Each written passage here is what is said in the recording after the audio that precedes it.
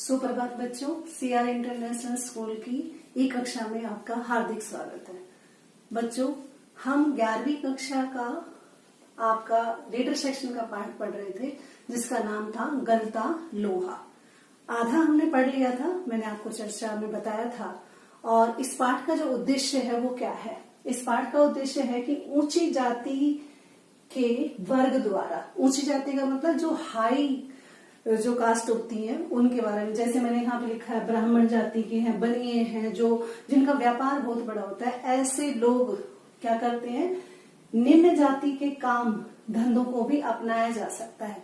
ये नहीं है कि मान लीजिए पढ़ लिख लिए बनिए के बेटे हैं या ब्राह्मण के बेटे हैं तो वो निम्न जाति के काम को नहीं करेंगे। निम्न जाति का मतलब यहाँ पर है जैसे साफ सफाई का काम हो गया, कर्मचारी का, लोहार का काम हो गया, कुम्हार का काम हो गया, इन कामों को भी वो कर सकते हैं। कब? जब उन्हें अपनी रोजी रोटी से उनका गुजारा नहीं होता। मान लीजिए भाई सेठ का बेटा है, बनिए का बेटा है, या फिर उसका बहुत बड़ा व्यापार है, ठीक है, पिता ने उसके व्यापार को बहुत आगे बढ़ाया, लेकिन जब वो पुत्र जब उस व्यापार को संभालने के लायक हुआ तब तक वो व्यापार वैसा नहीं चलता जैसे पहले चलता था। तो ऐसे में फिर वो बच्चा क्या करे? तो वो बच्चा जरूरी नहीं है, जिसमें उसकी काबिलियत है, चाहे वो निम्न वर्ग का ही काम क्या ना हो, वो टैलेंट उसमें वो दिखा सकता है, वो काम भी वो अच्छे से कर सकता है ताकि उसकी रोजी रोटी अच्छे से चल सके। जैसे कि हमने पाठ में पढ़ा हुआ है कि मोहन और धनराम दोनों हैं।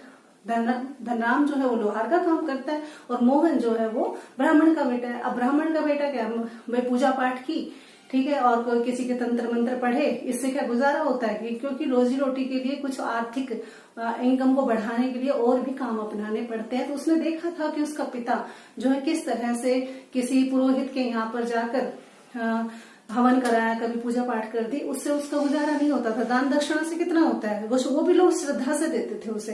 तो इस तरह से उसने बताया कि ऐसे में मोहन का मन अपने पंडिताई काम को छोड़कर उसका मन लोहार के काम में रम गया था। धीरे धीरे हम आगे पढ़ रहे थे, आपने पढ़ लिया था और हमने जिक्र किया था त्रिलोकी सिंह मास्टर जी का, जो उनके बहुत क्या है, तेहरा का पहाड़ा याद करने के बाद भी उसे बहुत मारते थे। ठीक है, अब आगे की जो कहानी है वो हम किताब से पढ़ेंगे। तो चलिए किताब पर चलते हैं। हाँ जी बेटा, तो हमने पढ़ लिया था कि धनराम के जो पिता हैं वो एक्सपायर हो जाते हैं और उसके बाद वो सारी दुकान वही संभालता है, अर्थात धनराम ही संभालता है। प्राइमरी स्कूल की सीमा लांघते ही मोहन की छात्रवृत्ति प्राप्त कर त्रिलोक सिंह मास्टर की भविष्यवाणी किसी हद तक सिद्ध कर दिया था तो साधारण हैसियत रखने वाले यजमानों की पुरोहिती करने वाले वंशीधर तिवारी का हौसला बढ़ गया। कहने का मतलब ये कि जब उसे छात्रवृत्ति मिली, अर्थात वो प्राइमरी स्कूल पास कर गया, अच्छी पोजीशन में लेकर आया, तो उसे स्कॉलरशिप मिली और स्कॉलरशिप से त्रिलोकी सिंह मास्टर ने जो कहा था वो सच होता दिखाई दिया कि हाँ एक बहुत बड़ा नाम करेगा इसलिए। ठीक है, उसके साथ साथ वो बताता है कि उसके पिताजी जो साधारण पुरोहित का काम करते थे वंशीधर जी, उनका भी हौसला और बढ़ गया कि ठीक है, कुछ मेरा बेटा कमाएगा, अच्छी पोजीशन में पढ़ेगा तो बड़ा आदमी बनेगा, कुछ मैं करूंगा।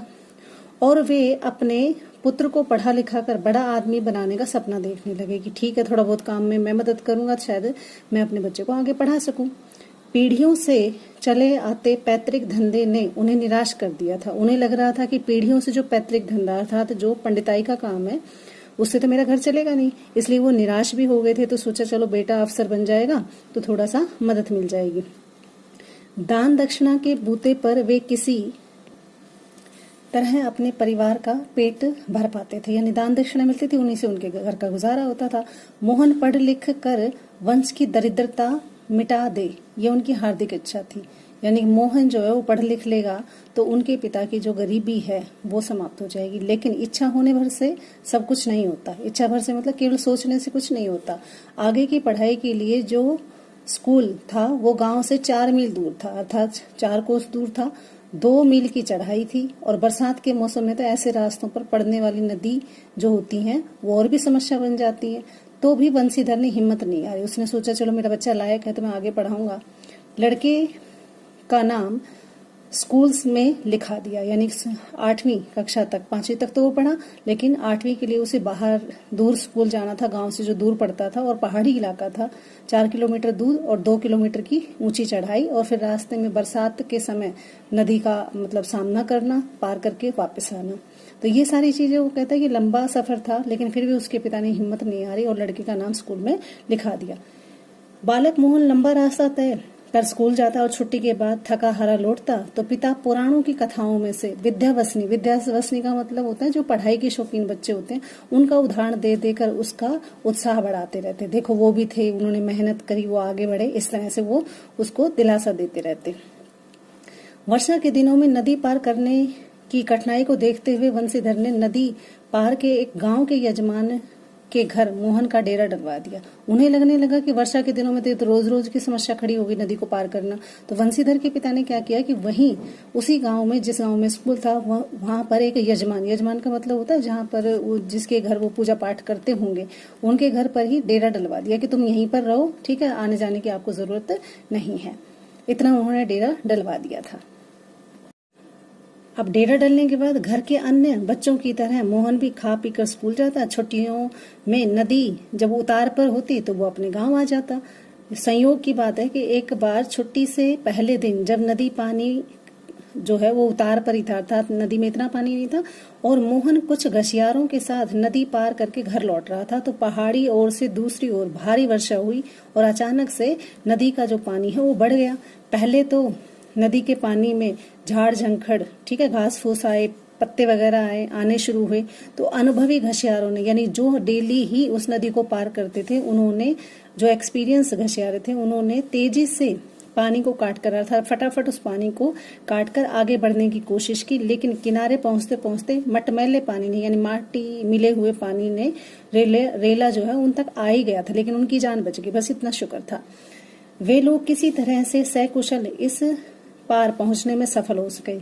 इस घटना के बाद वंशीधर घबरा गए और अपने बच्चे के भविष्य को लेकर चिंतित रहने लगे कि ऐसे तो कभी भी हो सकता है कि आज तो घसियारे थे इसलिए उसका बच्चा बच गया, वरना कभी अकेला भी पार करना पड़े तो कभी भी जो है बारिश का पानी आ सकता है, तो ऐसे में उसके बच्चे की मौत भी हो सकती है, इसलिए वो थोड़े से डर गए थे।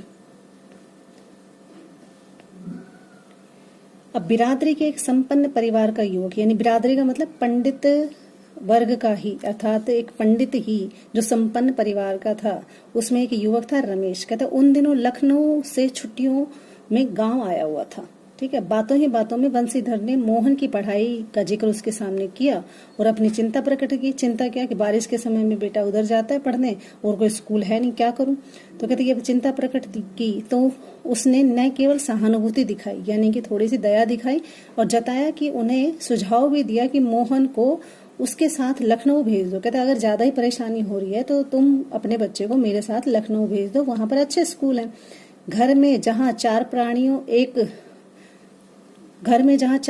हैं वहां एक और बढ़ जाने से कोई फर्क नहीं पड़ेगा, यानी 4 बंदे हम हैं, ठीक है, 2 मियां बीबी और 2 उनके बच्चे। तो कहते हैं एक आदमी और भी बढ़ जाए कुछ खास फर्क नहीं पड़ता, भले एक बड़े शहर में जाकर तो अच्छी तरह पढ़ लिख सकेगा। अर्थात तुम्हारा बेटा अगर लखनऊ जैसे शहर में जाएगा तो बड़े शहरों में अच्छी पढ़ाई होती है, इसलिए तुम्हारा बेटा अच्छा पढ़ लिख लेगा। ऐसा सुझाव देकर रमेश ने वंशीधर की समस्या हल कर। अब वंशीधर को तो जैसे रमेश के रूप में साक्षात भगवान मिल गए, अर्थात वो चाहता भी यही था कोई मेरे बच्चे की मदद कर दे, और ये तो भगवान मिल गए, यानी कि ना तो पढ़ाई का खर्चा लेना पड़ेगा और बच्चे की सुरक्षा का सवाल भी नहीं है, और रमेश के साथ भेज के वो निश्चिंत हो जाएगा। और उसकी आंखों से पानी छलकने लगा, यानी कि पानी आ गया कि तुम बड़े कृतज्ञ हो, तुमने मेरी मदद की।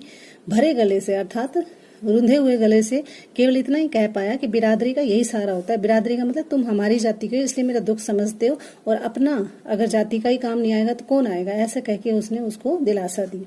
छुट्टियां शेष होने पर रमेश वापस लौटा, यानी कि छुट्टियां जब खत्म हो गई तो वो वापस लौटा। तो माँ बाप और अपने गांव की दुनिया से बिछड़कर सहमा सहमा सा, डरा डरा सा मोहन भी उसके साथ लखनऊ आ गया। अब मोहन की जिंदगी का एक नया पार्ट शुरू हो गया, यानी कि नई जिंदगी शुरू हो गई उसकी, एक नया अध्याय शुरू हो गया, एक नई शुरुआत हुई। घर की 2 महिलाएं जिन्हें वह चाची और भाभी कहकर पुकारता था का हाथ बटाने के अलावा धीरे धीरे वह मोहल्ले की चाची और भाभियों के लिए काम काज में हाथ बटाने का साधन बन गया था। यानी घर में तो उसके, यानी कि रमेश के घर में उसकी बीवी और उसकी पुत्रवधू 2 थी। तो कहते वो एक चाची लगती थी, एक भाभी। कहते वहां उन लोगों के काम में तो हाथ बटाता ही बटाता था, लेकिन साथ साथ में मोहल्ले की जितनी भी चाची और भाभी थी वो भी उससे कुछ न कुछ काम कराती रहती थी। जैसे उसने बताया कि मोहन थोड़ा दही ला दे बाजार से, मोहन थोड़ा धोबी कोई कपड़े दिया, मोहन 1 किलो आलू ला दे। इस तरह के वो छोटे छोटे काम उनके कर दिया करता था। औसत दफ्तरी बड़े बाबू की हैसियत वाले रमेश के लिए मोहन को अपना बिरादरी का बताना अपने सम्मान के विरुद्ध जान पड़ता था। अब कहते वो इतने लखनऊ जैसे शहर में बड़ा बाबू की हैसियत रखने वाला ऑफिसर, कहते ऐसे में मोहन का जब परिचय करवाता, यानी मोहन के बारे में लोग पूछते, तो वो भाई बिरादरी का नहीं बताता था कि ये तो हमारी बिरादरी का है। कहते ऐसा करना उसके लिए सम्मान के विरुद्ध था। वो अपनी मतलब हीनता समझता था कि मैं इसे बताऊंगा तो लोग क्या सोचेंगे मेरे बारे में, मैं तो स्टैंडर्ड से रहता हूँ लखनऊ में, इसलिए उसे घरेलू नौकर से अधिक हैसियत नहीं देता था। मतलब लोगों के सामने ये कहता था ये तो मेरा घरेलू नौकर है। इस बात को मोहन भी समझने लगा था। उसे लगने लगा था कि ये घरेलू नौकर से ज्यादा मुझे अहमियत नहीं देते हैं।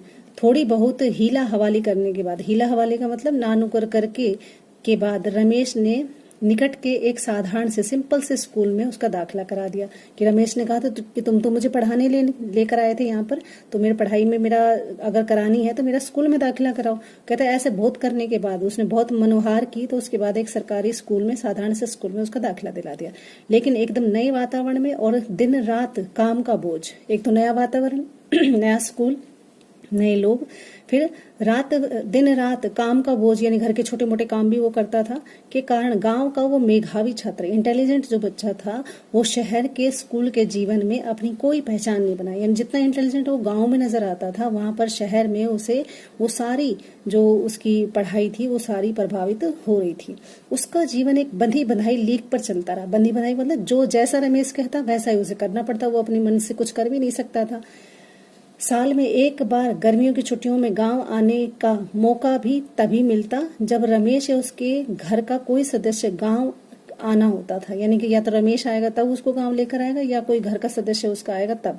वरना उन छुट्टियों में भी रमेश ये कहता कि अगले दर्जे की तैयारी के नाम पर उसे शहरी रोक लेता। अर्थात उससे कहता कि तुम्हारा जो बेटा है वो अगले दर्जे में, अर्थात अगली क्लास की तैयारी कर रहा है, इसलिए वो यहाँ पर नहीं आया है। ऐसा कह के रमेश जो है मोहन को वहीं पर रखता और उसके पिता को दिलासा देता रहता कि नहीं वो अच्छा पढ़ रहा है, तुम चिंता मत करो, वो अगली तैयारी, जबकि छुट्टियों में वो सारा दिन उससे काम कराता था, गुजार देता। अगले दर्जे की तैयारी का तो बहाना भर था। अब उसने बताया कि अगले दर्जे की तैयारी कैसी, कहते वो तो एक बहाना था मुझे गांव में ना भेजने का, ताकि मेरे पिता को असलियत ना पता चले।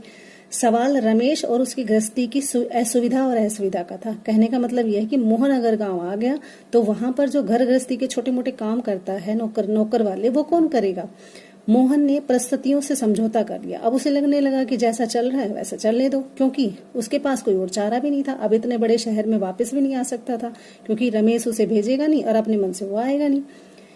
घर वालों को अपनी वास्तविक स्थिति बताकर वह दुखी नहीं करना चाहता था। कहता है कि मैं अपने पिता को असलियत बताकर कि रमेश मेरे साथ कैसा व्यवहार कर रहा है, नौकरों जैसा कर रहा है, मुझे पढ़ने के लिए अच्छे स्कूल में दाखिला नहीं दिलाया, सुविधाएं नहीं दे रहा है, छुट्टियों में मुझे घर नहीं आने दे रहा है, तो कहते ये सारी असलियत बताकर वो अपने पिता का मन दुखी नहीं करना चाहते थे।